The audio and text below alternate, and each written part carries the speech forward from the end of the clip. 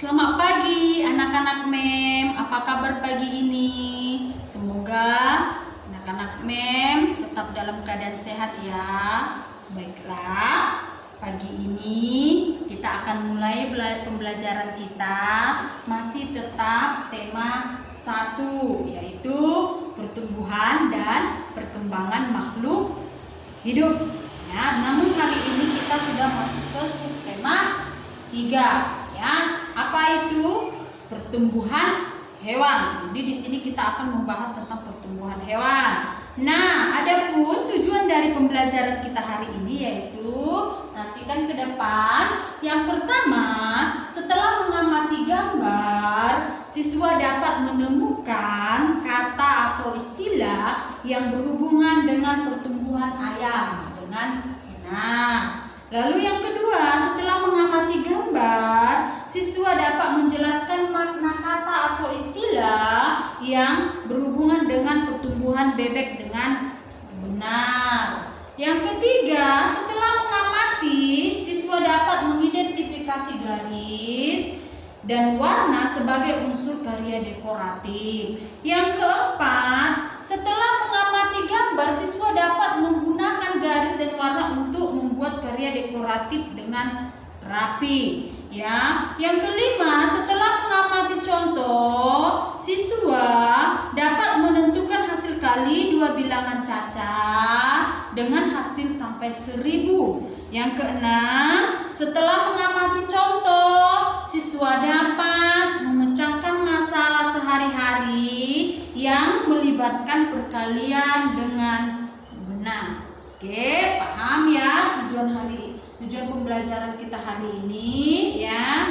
Oke, untuk lebih lanjut kita akan membahas materinya, yaitu muatan bahasa Indonesia ya, kosakata dan teks tentang ciri-ciri hewan. Di sini kita akan membahas tentang ciri-ciri hewan. Perhatikan teksnya. Perhatikan teks yang di depan, atau boleh diperhatikan teks yang ada di bukumu ya.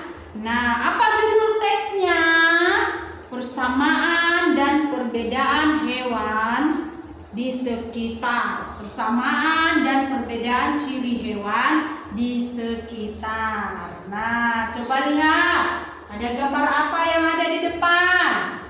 Gambar ayam. Ya, siapa yang tidak mengenal ayam? Ya, tentu semua kita mengenal ayam ya. Bahkan ini menjadi makanan favorit kita.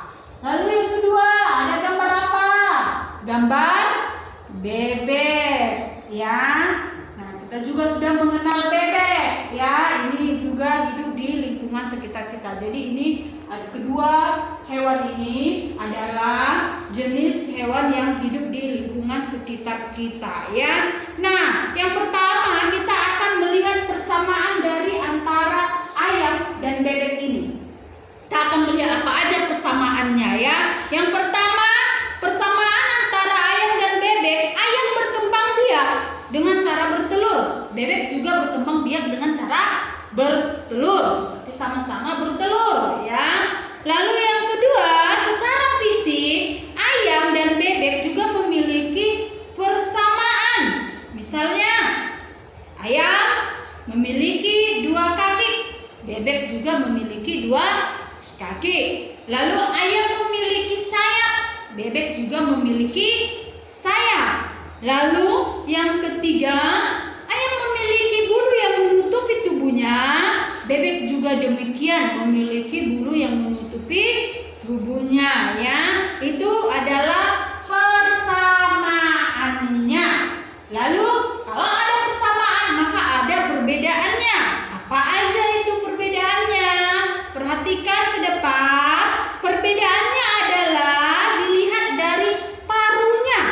Yang mana paruh ayam? Lihat pada gambar.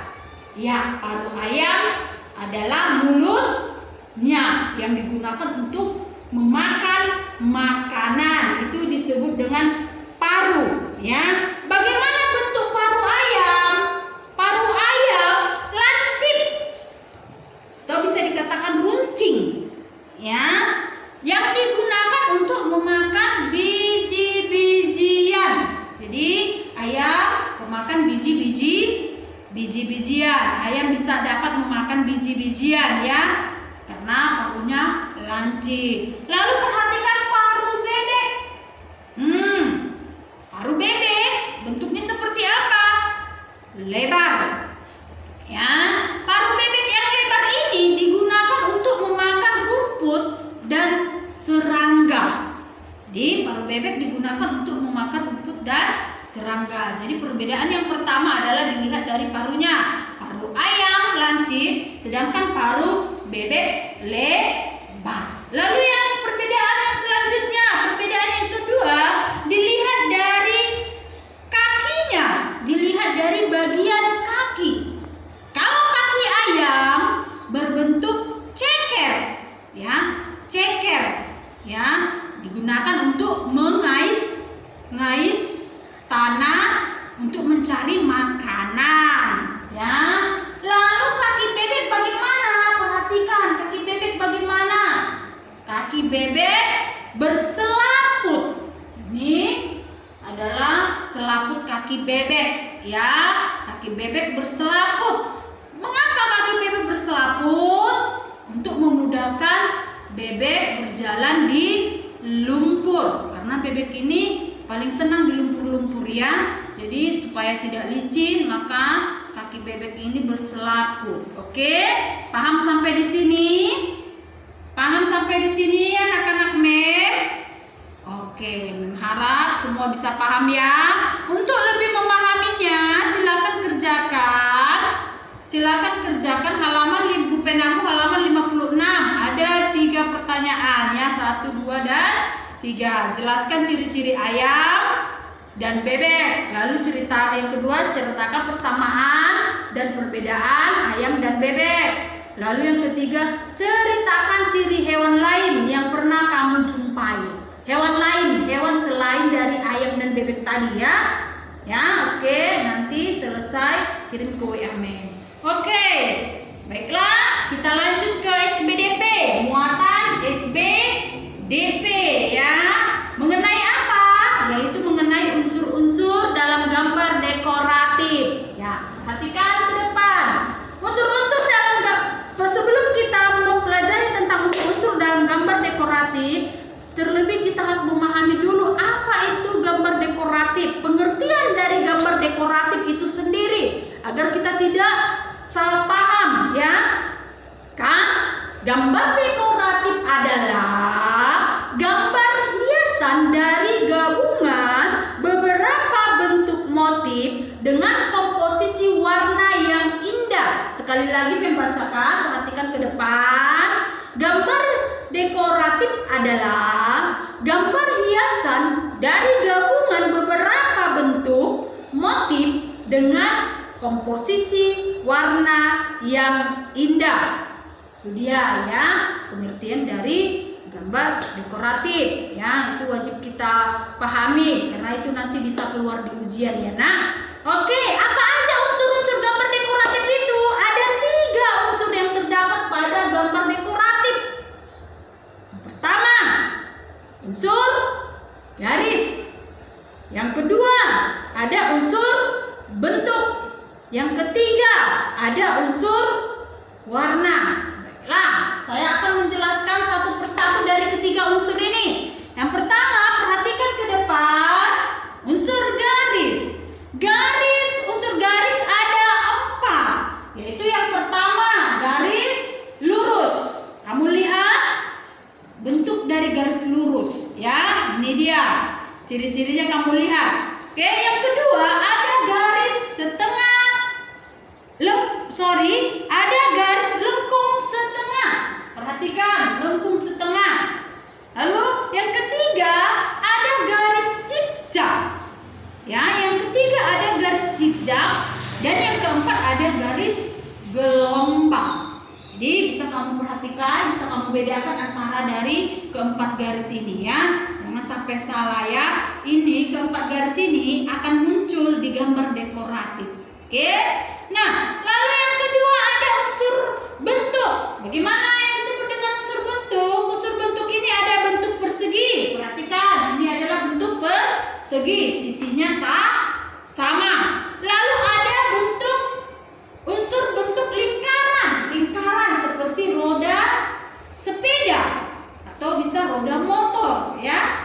roda. Lalu yang ketiga ada persegi panjang. Persegi panjang, perhatikan, persegi panjang dengan persegi itu berbeda ya. Nah, kalau persegi itu sama sisi, ya, panjang sisi sama. Sedangkan persegi panjang ini berbeda ya, sisi yang berhadapan sama panjang. Oke, nah yang ketiga ada segitiga. Perhatikan segitiga. Ini ya, segitiga terdiri dari 3 sudut ya. Lalu ada yang keempat belah ketupat. Belah ketupat hampir sama seperti layang-layang, tapi belah ketupat ini seimbang dia ya. Ya, paham ya? Ini sudah bisa dipahami? Iya, kalau sudah bisa dipahami, lihat bentuk-bentuknya, maka kita lanjut ke unsur warna. Oke. Nah, untuk memperindah warna ini fungsinya untuk memperindah sebuah gambar ya. Untuk memperindah sebuah gambar ya. Nah, unsur warna terdiri dari 2, dibagi menjadi 2. Ya, unsur warna dibagi menjadi 2, yaitu yang pertama ada warna primer. Lalu ada warna yang kedua warna sekunder. Yang bagaimana yang disebut dengan warna primer? Warna primer adalah warna dasar. Terdiri dari 3 warna, yaitu merah, kuning, dan biru. Ingat, warna primer itu hanya 3. Merah, kuning, dan biru. Ini disebut dengan warna dasar. Ingat ya. Lalu warna sekunder ini, warna sekunder adalah warna yang dihasilkan dari campuran 2 warna primer. Jadi warna sekunder ini dihasilkan dari hasil pencampuran warna primer ya. Contohnya, apabila warna biru dicampur dengan warna kuning, maka akan menghasilkan warna hijau. Jadi warna hijau dihasilkan dari hasil pencampuran biru dan kuning. Paham? Oke, kalau sudah paham, untuk lebih memahami lagi silakan gambar kupu-kupu yang ada di halaman 57 ya, supaya kamu lebih memahami. Nanti selama kamu menggambar ini, kamu akan menemukan ketiga unsur tadi ya. Oke, baiklah, kita lanjut ke muatan matematika. Muatan matematika mengenai perkalian bilangan dengan cara bersusun ya. Sebelum kita masuk ke materi dari matematika perkalian ini, sekali lagi mengingatkan, mungkin waktu kelas 2 kamu sudah disuruh untuk menghafal perkalian. Namun apabila kamu belum hafal, silakan dihafal-hafal lagi ya nak. Itu harus hafal ya. Kalau tidak hafal, kamu tidak akan bisa mengerjakan perkalian. Oke? Baiklah. Perhatikan contoh. Nah, perhatikan contoh. Di sebuah toko ikan ada 3 akuarium. Berapa akuariumnya? 3. Setiap akuarium berisi 15 ikan. Berapa ikannya setiap akuarium? 15. Nah, pertanyaannya, ini yang paling penting yang harus kamu pahami. Pertanyaannya, berapa jumlah seluruh ikan hias di toko tersebut? Tadi dalam satu toko itu terdiri dari berapa akuarium? 1, 2, dan 3. Ya.